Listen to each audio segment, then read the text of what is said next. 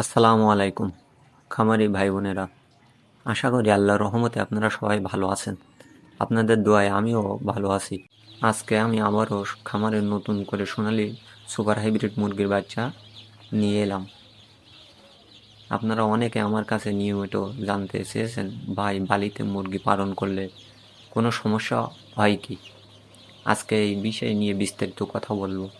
সেই সাথে আমার এই নতুন ব্যাচের বাচ্চা প্রথম দিনের ব্রুডিংয়ের ম্যানেজমেন্ট কেমন চলতেছে তাও আপনাদের মাঝে শেয়ার করব। ভিডিওটি না টেনে শেষ পর্যন্ত দেখার অনুরোধ রইল। প্রথমে আসি বালির কথায়। অনেক খামারি ভাই মনে করেন বালিতে মুরগি পাললে সমস্যা হয়, কিন্তু আসল সত্যি হলো না ভাই, বালিতে মুরগি পালনে কোনো সমস্যা হয় না। শীতকাল বলেন আর গরমকাল বলেন, সব ঋতুতেই আপনারা নিশ্চিন্তে বালিতে মুরগি পালন করতে পারেন। তবে এর একটি সঠিক নিয়ম আছে, যেমনটা আপনাদের এখন স্ক্রিনে দেখা। আমি প্রথমে 4-5টা টিন দিয়ে সুন্দর করে গোলাকার করে নিয়েছি।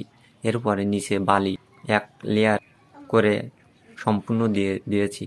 এই বালির উপরে আমি বিছিয়ে দিয়েছি তুষ, মানে ধানের চোয়াল।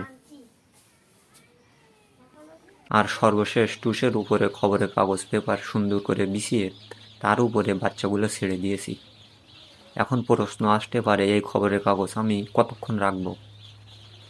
আমি এই পেপারটা 12 ঘন্টা রাখবো। 12 ঘন্টা পার হয়ে গেলে পেপারগুলো উঠিয়ে পুড়িয়ে ফেলে দিই। এভাবে তুষের উপরে বাচ্চাগুলো 10 দিন থাকবে। 10 দিন যখন পার হয়ে যাবে তখন আমি উপরের সব তুষ উঠিয়ে নেব। তুষ সরিয়ে নেওয়ার পরে বাচ্চাগুলো সরাসরি ডাইরেক্ট বালিতে ছেড়ে দেব। এই পদ্ধতি করলে বাচ্চার ঠান্ডা লাগার বা লিটার নষ্ট হওয়ার ঝুঁকি খুবই কম থাকে। আর তুষ আর বালিতে একসাথে একটা অভ্যস্ত হয়ে যায় বাচ্চা। এবার আসি ব্রুডিংয়ে ছাড়ার পরে বাচ্চা প্রথম দিনেই পানি ও মেডিসিন ম্যানেজমেন্ট নিয়ে। আমি বাচ্চা ব্রুডিংয়ে ছাড়ার পরপরই পানি দিয়েছি। আর প্রথম দিনেই এই পানির সাথে আমি ব্যবহার করছি ইমিগ্রো ও পিএইচ। ইমিগ্রো 1 মিলি 3 লিটার পানিতে, আর পিএইচ 1 মিলি 1 লিটার পানিতে। এই মিশ্রটি আজকে আমার খামারে সারা দিন এবং সারা রাত একটানা চলবে।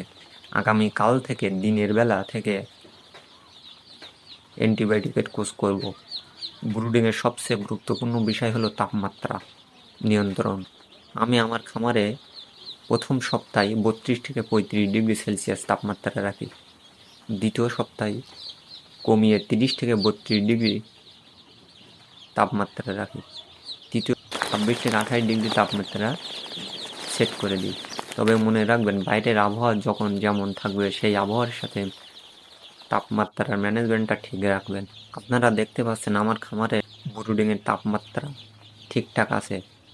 এই কারণে বাচ্চাগুলো পুরো ব্রুডারে ছড়িয়ে আছে সুন্দরভাবে। যদি তাপ কম থাকতো তবে বাচ্চাগুলো এক জায়গায় দলা পাকিয়ে গাদাগাদি করতো। বাচ্চা গাদাগাদি করলে নিচের বাচ্চাগুলো দম না নিতে পেরে অক্সিজেনের অভাবে মারা যেতে পারে। আপনারা যখন নিজে ব্রুডিং করবেন বাচ্চার আচরণ দেখলেই বুঝতে পারবেন যে তাপ বাড়াতে হবে কি কমাতে হবে, কি ঠিক আছে। তো খামারি ভাইরা, এই ছিল আজকে আমার সোনালী মুরগির বাচ্চা প্রথম দিনের ব্রুডিং এবং বালিতে পালনের প্রাথমিক কিছু টিপস। ভিডিওটি যদি আপনাদের কাছে ভালো লাগে তবে অবশ্যই লাইক দেবেন, অন্য খামারিদের ভাইদের সাথে শেয়ার করবেন। আপনাদের যদি কোনো কিছু জানার থাকে এটা কমেন্টে জানাবেন, আমি উত্তর দেওয়ার চেষ্টা করব। আজকে এখানেই বিদায় নিচ্ছি। সবাই ভালো থাকবেন, সুস্থ থাকবেন। আসসালামু আলাইকুম।